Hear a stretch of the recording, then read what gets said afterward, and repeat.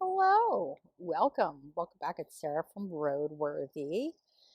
I just got back from a hike and have just showered, which explains perhaps my disheveled appearance. Um, my son goes on his first backpacking trip this coming weekend, so we did a hike today. Um, for him to try out his loaded backpack. So we went about 6 miles and 1,500 feet in elevation. So he's feeling pretty good about his trip, which is good.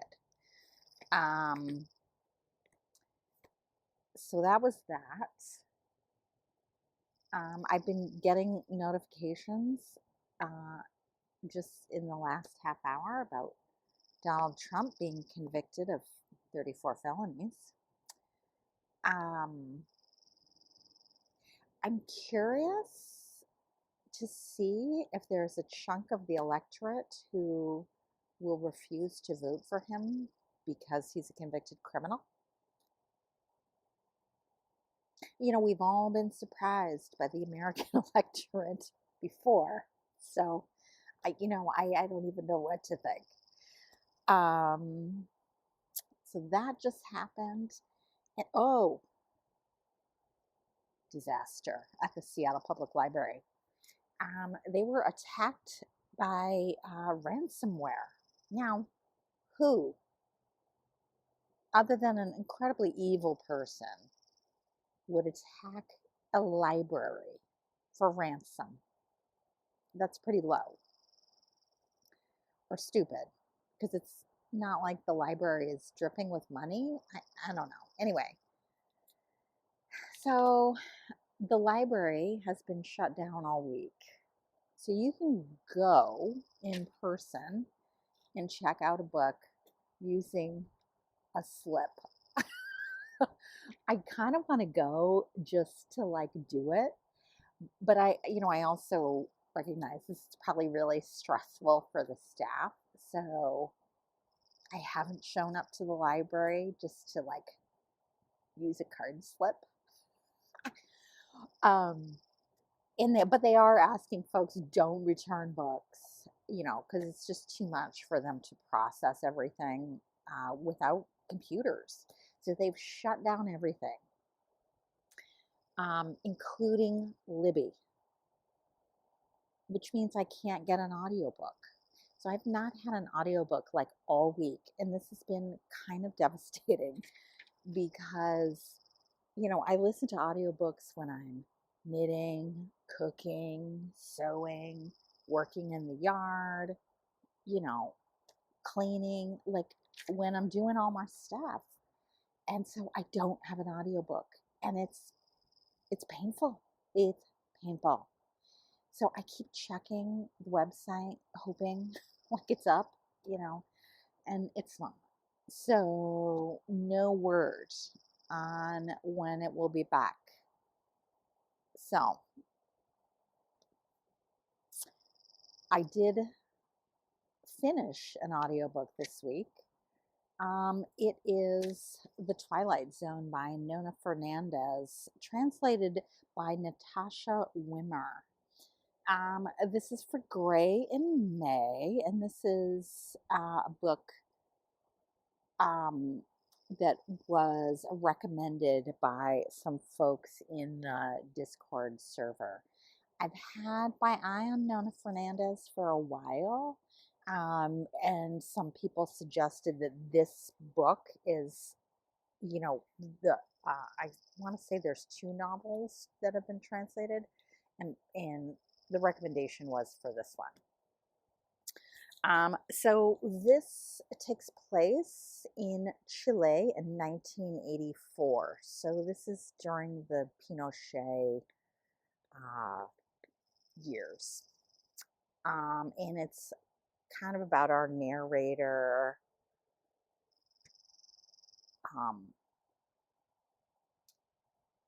Like, I feel like it's like teen years around this time. And she talks about an article that came out in Cauce magazine, um, from the man who tortured people. So this is how he's referred to throughout the book. And our narrator becomes a little obsessed with this article and this man, and sort of follows her um, throughout her career, even as she becomes a documentary filmmaker. Um, and it's so a lot of it is about the man who tortured people, his descriptions of torturing people, um, and he comes forward because he wants to sort of confess that this is what's going on and this is what the government is doing. This is at a time where lots of people are being disappeared in Chile, and nobody quite knows, are their family members dead? Are they not? And so the man who tortured people, in addition to this magazine article, he also ends up testifying several times. He's part of the Truth and Reconciliation process in Chile. Um, so, so on the one hand, he's documenting for us all of the horrible things he's done, but at the same time, he's come forward and he's trying to bring light to it. And by looking at pictures and different things like that, he's able to give closure to a lot of people about what happened to their relatives. So it's um, this, this, this, you know, feeling that what he's done is horrible, but at the same time, he's helping people and he's coming forward and bringing some of these atrocities to light at great personal cost. So you as a reader and our narrator has very mixed feelings about him, and this sort of um, pervades the book, right? This is part of the Twilight Zone, right? That, um, everything is topsy turvy. It's a little absurd.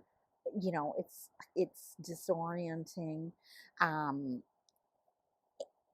and Fernandez uses snippets from um, the Twilight Zone, the show, and various plot lines from different episodes as a way to comment and illustrate the similarities with life in Chile at this time. Um, they're, talking about how resistance leaders, as well as, you know, part of the apparatus of state sponsored, oppression, right, both live these clandestine lives. uh she has friends, classmates who are assassins.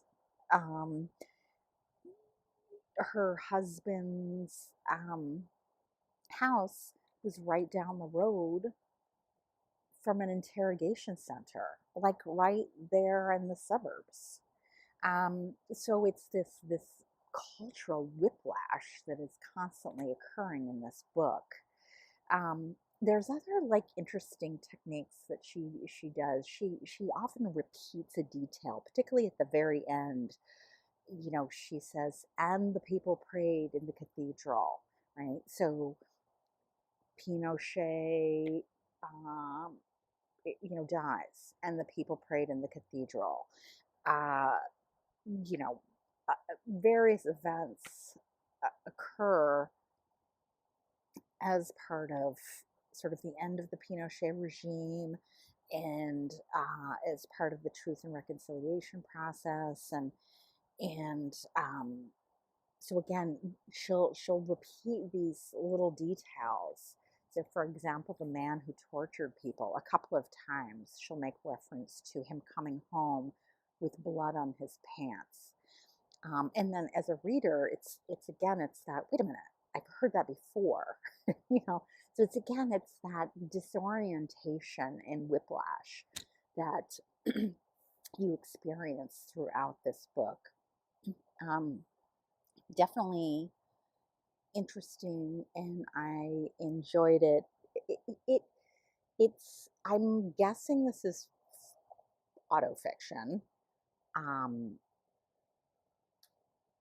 it it kind of reminds me. I can't remember if it's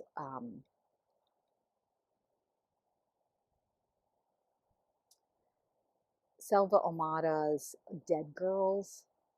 Um, Very similar in style to that book, right, where she's recounting some of these events of femicide as part of the book. So it has this very matter of fact, almost journalistic tone. Um, but again, the facts that are being communicated are like, what? So definitely a good one. One left by Kim Soom, and this is translated by Bruce and Ju Chan Fulton. This is an interesting one. This was written in 2016, and at least according to the translators, this is the first novel written in Korea about comfort women. Now, I'm going to use the term comfort women because that's what's used in the book. Um, but many Koreans object to that term because that's a Japanese centric term, whereas many of the Koreans reference these women as being sexual slaves of the Japanese military. So, this is a fictionalized story of one woman who is 93, um, living in this little neighborhood that is slowly being emptied out with plans to redevelop the neighborhood. So this becomes a metaphor for what is happening to the Korean women who were sexual slaves. They're dying, um, and you know, I don't want to get into the sort of the politics of that, but essentially, she's increasingly one of the last people left in this neighborhood. Um, and throughout the book, everything that she does in her house, in the neighborhood, getting water, putting her shoes on, making tea, everything reminds her of her experiences being a comfort woman, um, and and the other uh, girls and young women who were imprisoned with her. So in this novel, she is taken to Manchuria when it was under Japanese control when she was 13 years old. Um, and she is there until she is 20. Um, so my mother asked me, should I read that book? And it's like, I don't know how to answer that question because it's obviously brutal. I mean, the details of what happens is horrific. To this day, um, Japan has not, as a country, has not officially apologized for this, um, and um, and one of the things that they've said publicly is that there's no way these stories from these Korean women can be true because no Japanese person would do those things. And so what's interesting in here is a lot of the incidents that she recounts have a footnote. And in the back, she will say, I pulled this incident from someone's testimony, or an article or an interview, right? So all of the events that she cites, this is the real person I've based that off of. She also has quotes, right, as part of the story, um, that again she cites. This is the quote from who I pulled this from. So a very interesting approach to something that she knew was going to be very controversial. Um, I the other thing that's going on in this story is our 93-year-old protagonist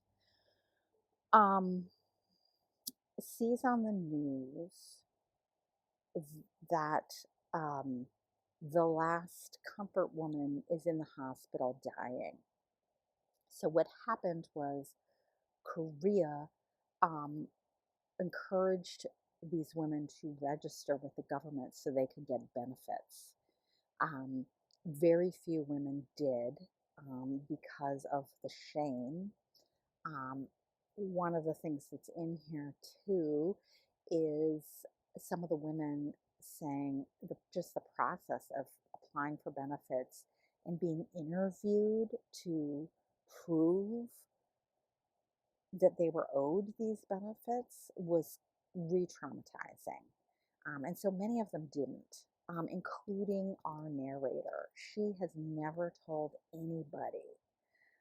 And so the woman who's in the hospital dying is the last sort of official comfort woman. She's the last of the registered women who's dying. And so she decides she's going to go and visit this woman in the hospital to let her know she's not the last one, and she will not let this incident fade. So I very interesting as a novel, and I thought it was really well done. But again, this is not for the faint of heart. It's pretty horrific. So what I told my mother is you can get a sample from Amazon on your Kindle, and you'll get a sample of some of the things that are talked about in this book. Again, it's pretty horrific. There is a foreword as well as an afterword by the translators, which I thought was really quite interesting. So anyway, this one I'm imagining people may have a hard time getting their hands on because this is published by the University of Washington Press. So, you know, you may need to, I'd be surprised if people just find this randomly in their library. But, so that's what I have going. That's what I finished this week. What am I reading? I'm not listening to an audiobook. But I'm reading The Discomfort of Evening by Marika Lucas Rijneveld, and I believe the author now goes by Lucas Rijneveld. So this is sort of the last book that I'm picking up for Gray in May. And I'm also interested in reading Rijnveld's newest book.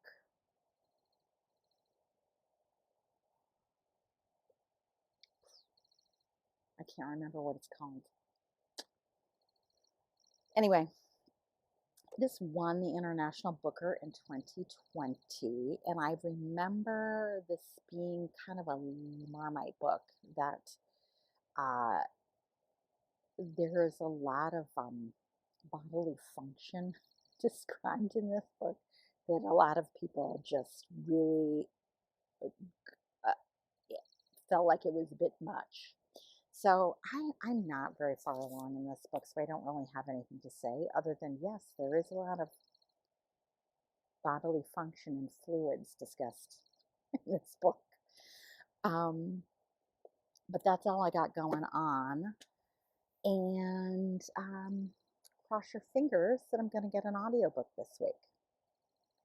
And hope you all are doing well and have some good things going on. And I will check in with you next week. All right. Bye.